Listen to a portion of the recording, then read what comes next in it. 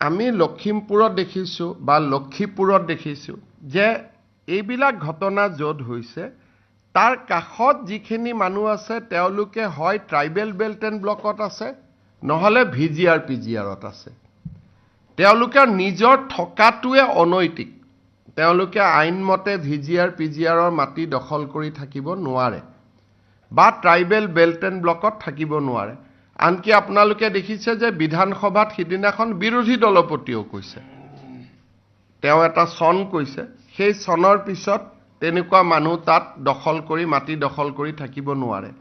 গতিকে মই গোটেই কেইজন উপায়ুক্তক আয়ুক্তক এইটো নিৰ্দেশ দিছো যে ভিজিআৰ পিজিআৰত এটা সম্পূৰ্ণ আমি সাৰ্ভে কৰিব লাগে যিমান মানুহ জুন তিনিটা প্ৰজন্ম অসমত নাই যোনে আইনমতে অসমীয়া মানুহ যোনে আইনমতে মাটিৰ বসুন্ধৰা মতে মাটি পাব যোগ্য তেওঁলোকক বাদ দি যিসকলে